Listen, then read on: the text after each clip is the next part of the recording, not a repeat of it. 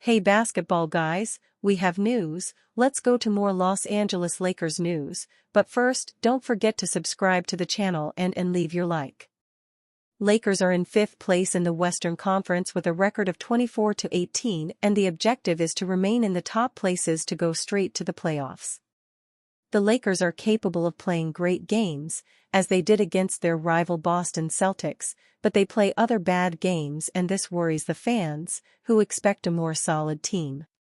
Rumors: Lakers want to sign De'Aaron Fox.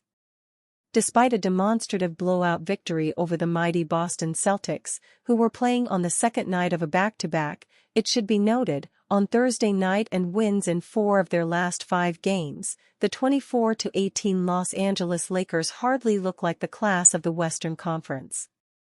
While talented, deep young clubs like the 29-14 Houston Rockets and the 29-15 Memphis Grizzlies are widely unproven, both have the size and athleticism to theoretically give LA problems in a playoff matchup. And everyone looks to be a tier below the West-leading Oklahoma City Thunder, who are a stunning 36-8 on the year. So what can the Lakers do to level up? Los Angeles team president Rob Pelinka may not like it, but if he really wants to take a leap, he may have to ditch the Lakers' third-best player. That'd be starting point guard Austin Reaves, in the midst of his best season yet as a pro. The 6'5" Reaves, 26, is averaging 18.3 points while slashing .440/.362/.841, 6.1 dimes, 4.1 boards and 1.1 steals a night. He's on one of the best contracts in the entire NBA, making just $13 million this season. The Oklahoma product is under contract through 2026-27, although the final year of his deal is a $14.9 million player option. Reaves is probably worth at least double that money if not more, and could earn something closer to that amount should he reach unrestricted free agency. Sacramento Kings point guard De'Aaron Fox is the kind of ceiling-raising young star who could both potentially be attainable for Los Angeles, because he has been vocal about not signing an extension agreement with his current club, and make a real impact. Could Lakers All-Stars LeBron James and Anthony Davis, plus Fox, form a new championship-caliber core? And what would a deal look like? Lakers receive De'Aaron Fox.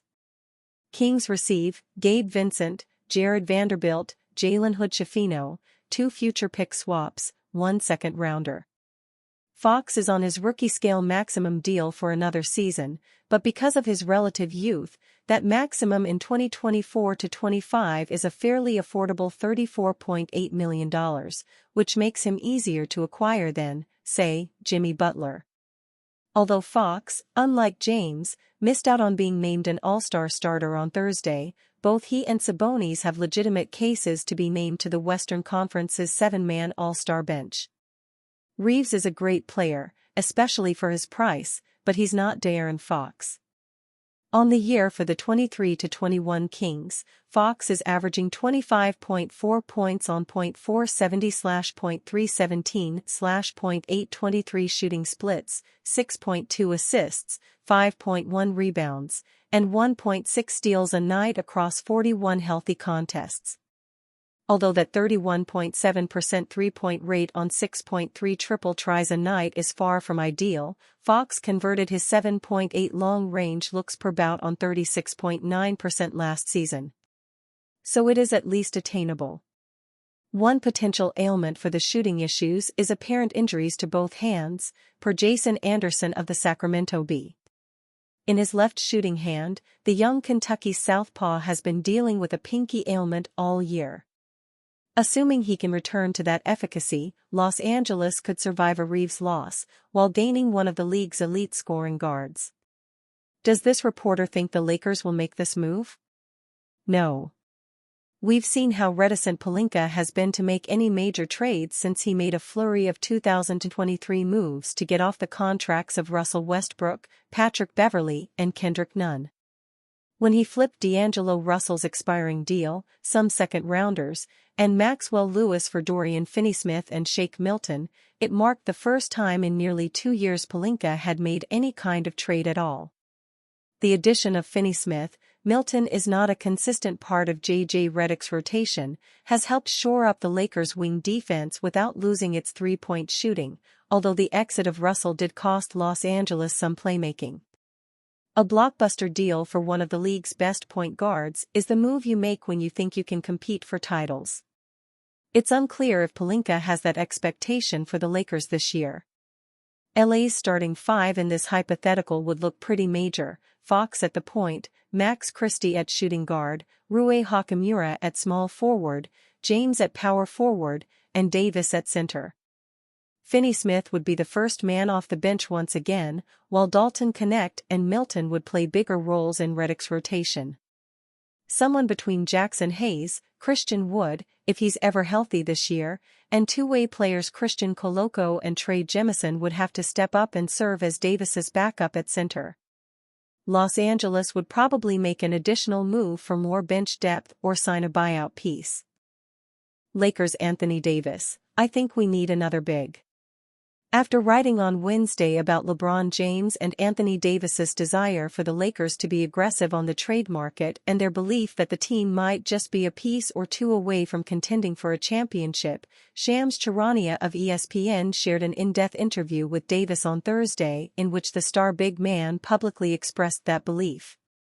Asked by Charania whether he feels the Lakers are a couple pieces away from having a legitimate shot at a title, Davis emphatically replied, "We are. I really feel like we are." Davis pointed to what he believes is a specific area of need for the team, suggesting that he could use some more help in the frontcourt. "I think we need another big," he told Charania.